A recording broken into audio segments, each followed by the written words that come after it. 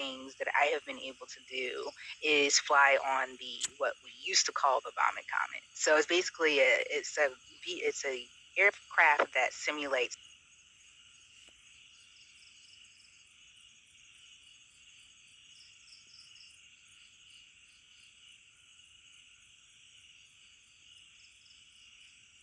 microgravity by doing various parabolas. And so one of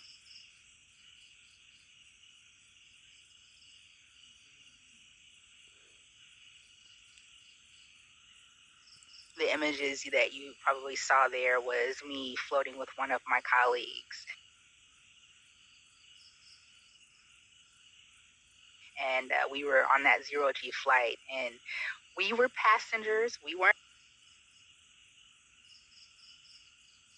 training exercise, and I was able to kind of sneak in on a tour and meet up with the astronauts that are training.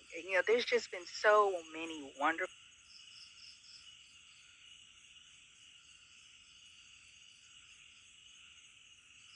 experiences working with my colleagues, working with members across the agency and all over our center.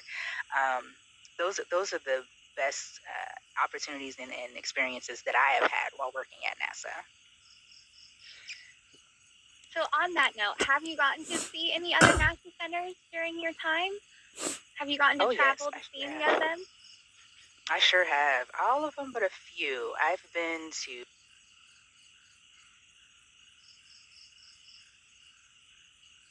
there's 10 NASA centers across the agency, and I've been to, I believe, I want to say 8 of them. I want to say 8. You're getting pretty close. 8 or 9. Almost all of them. Yes, almost all. I haven't been to Dryden, or what's Armstrong now. So I think that's the only one. But yes, I make sure I get around.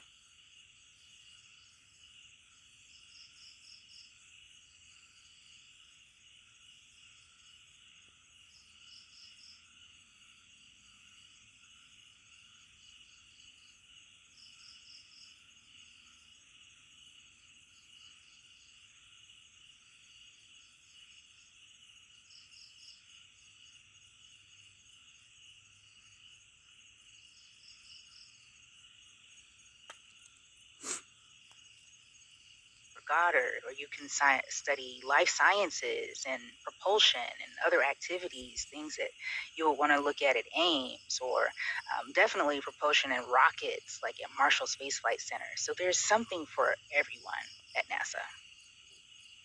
That's so true. And I know that I've worked at 2 different centers through my time, but we're getting close to the end. So do you have any last final thoughts or anything you would like to share with our viewers before we send them with their own mission to do at home? I think it's important to have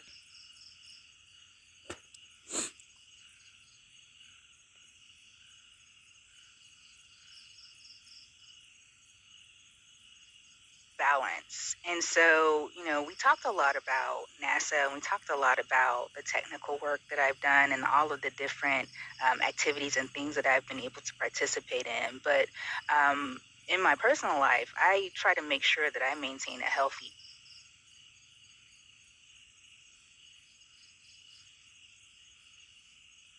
balance of mind, body, and spirit, right? And so I'm always trying to learn something new. I love to bake, right? And so, in doing that, I love learning new recipes and building and creating things. And so that's helping to preserve the mind. And then the body, I am a racer. I love to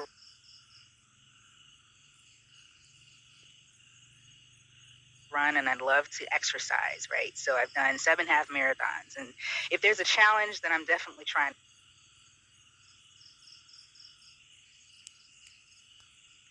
take it. So make sure that and I have to keep running so that I can keep up with the baking, right? So, so just I love to travel, and I volunteer in my community, and so I want to make sure that.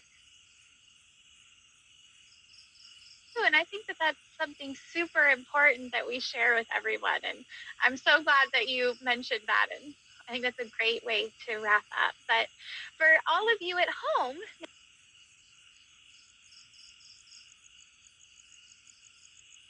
Now, I would like to encourage you to continue your learning today that you did all about the International Space Station and some of our research that goes on.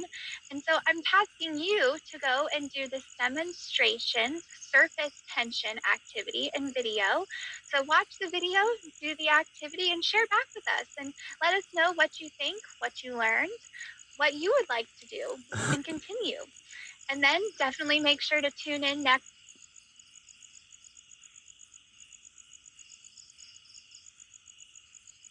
week as we host our next episode of NASA STEM Stars in Espanol. And we will be meeting with the Deputy Certification Manager for Boeing with the Artemis program. And that will be Wednesday, September 15th at 3:30 p.m. Eastern. And so definitely make sure that you subscribe so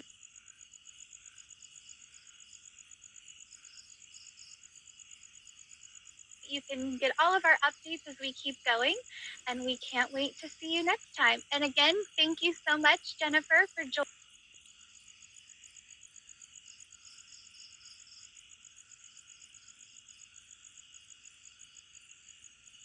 joining us. And I know that I learned a lot today, and I'm sure all of our viewers did as well. So thank you.